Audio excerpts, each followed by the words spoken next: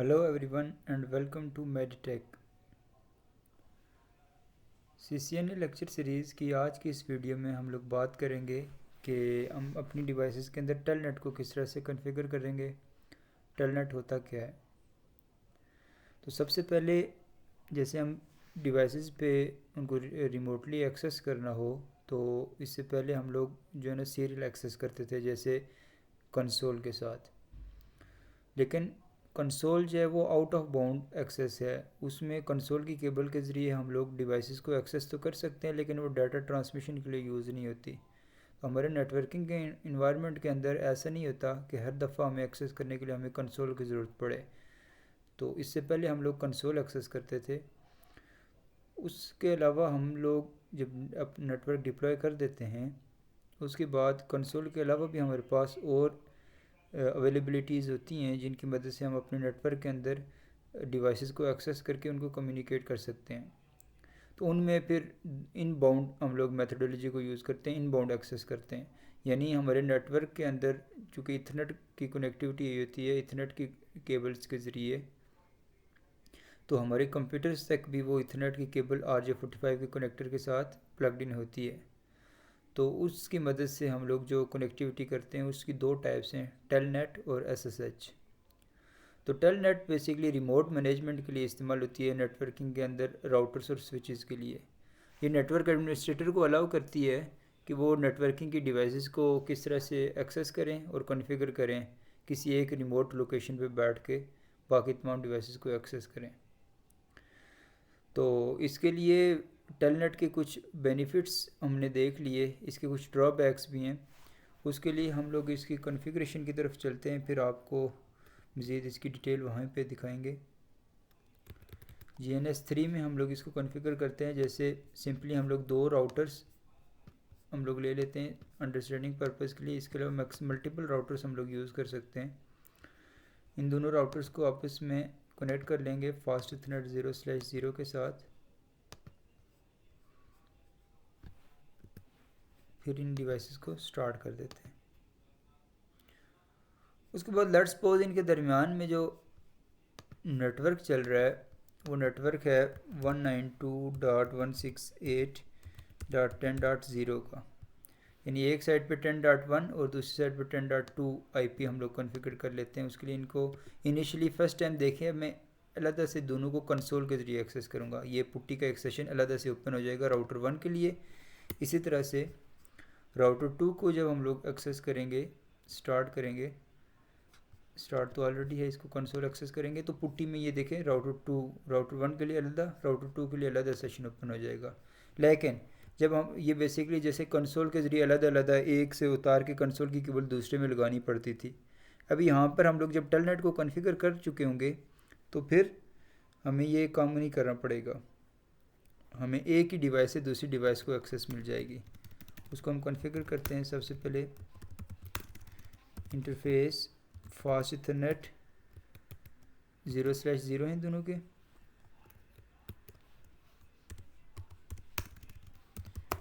इसको आप कर देते हैं। उसके बाद IP एड्रेस असाइन कर लेते हैं 192.168.10.1 255.255.255.0। ऐसे ही दूसरे राउटर को एक्सेस करते हैं। इंटरफेस फास्ट इथरनेट 0/0, इसको IP एड्रेस असाइन कर लेते हैं 192.168.10.2। उसके अकॉर्डिंगली इसका मास्क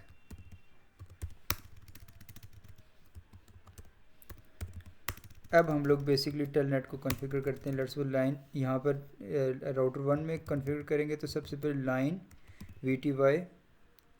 अब यहाँ पर आगे ये चीज़ बताती है कि कितने लोग इसको रिमोटली एक्सेस कर सकते हैं। हम लोग लेट्स सपोज 0 to 4 हम लोग कर देते हैं। उसके बाद ट्रांसपोर्ट इनपुट हमने किस से लेनी है? टेलनेट से लेनी है, तो ट्रांसपोर्ट इनपुट टेलनेट कर देंगे। फिर उसके बाद यहाँ पर इनपुट के लिए पासवर्ड सेट कर लेंगे। लेट्स पासवर्ड सेट कर देते हैं सिस्को।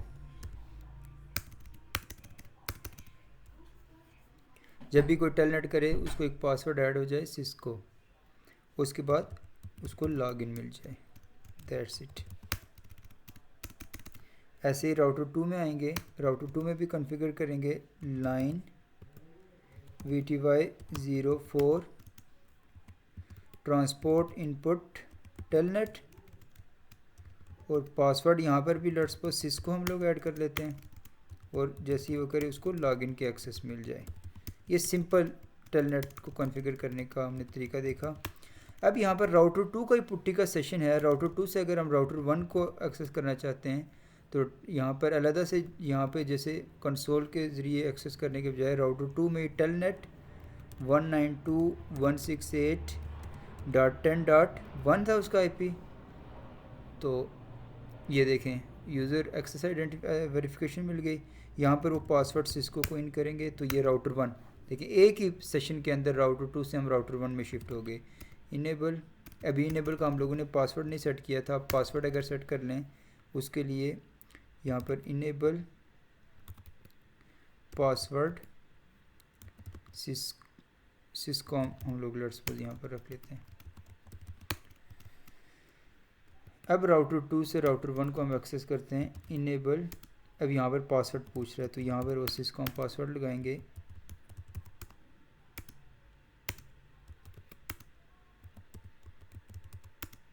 ये, और ये हमें एक्सेस मिल गई। तो इस तरह से हम लोग बेसिकली टेलनेट को कॉन्फ़िगर कर सकते हैं। लेकिन अब टेलनेट के जो ड्रॉबैक्स हैं उनको देख लें कि टेलनेट के ड्रॉबैक्स हैं कि यहाँ पर end to end encrypted messages नहीं होते, और ये जो पासवर्ड शिफ्ट होते हैं इनको कोई भी कैप्चर कर सकता है। यहाँ पर अगर ये पैकेट्स मैं GNS3 के ज़रिए कैप्चर करूँ, कोई भी इंट्रूडर जो हमारे नेटवर्क को अगर मॉनिटर कर रहा हो तो उसके ज़रिए हमारे पासवर्ड और जो भी डाटा हम ट्रांसफ़र करेंगे उसको कैप्चर कर सकता है। अब मैं यहाँ पर दोबारा से अगर टेलनेट करूँ, राउटर 1 से राउटर 2 को अगर करूँ तो 192.168.10.2, यहाँ पर पासवर्ड जैसे मैं ऐड किया तो अब देखिएगा अगर टेलनेट के मैं पैकेट्स कैप्चर करूँ फॉलो TCP स्ट्रीम, तो ये देखें ये पासवर्ड कोई भी इसको कैप्चर कर सकता है, ये पासवर्ड सिस्को, तो ये इनक्रिप्टेड फॉर्म में नहीं होता। तो ये थोड़ा सा एक इसका ड्रॉबैक है। बाकी रिमोट एक्सेस के लिए ये एक बेस्ट चीज़ है टेलनेट। तो अब इसका ये जो इनक्रिप्टेड नहीं होता इसका क्या सलूशन होता है, इसको हम नेक्स्ट वीडियो में डिस्कस करेंगे।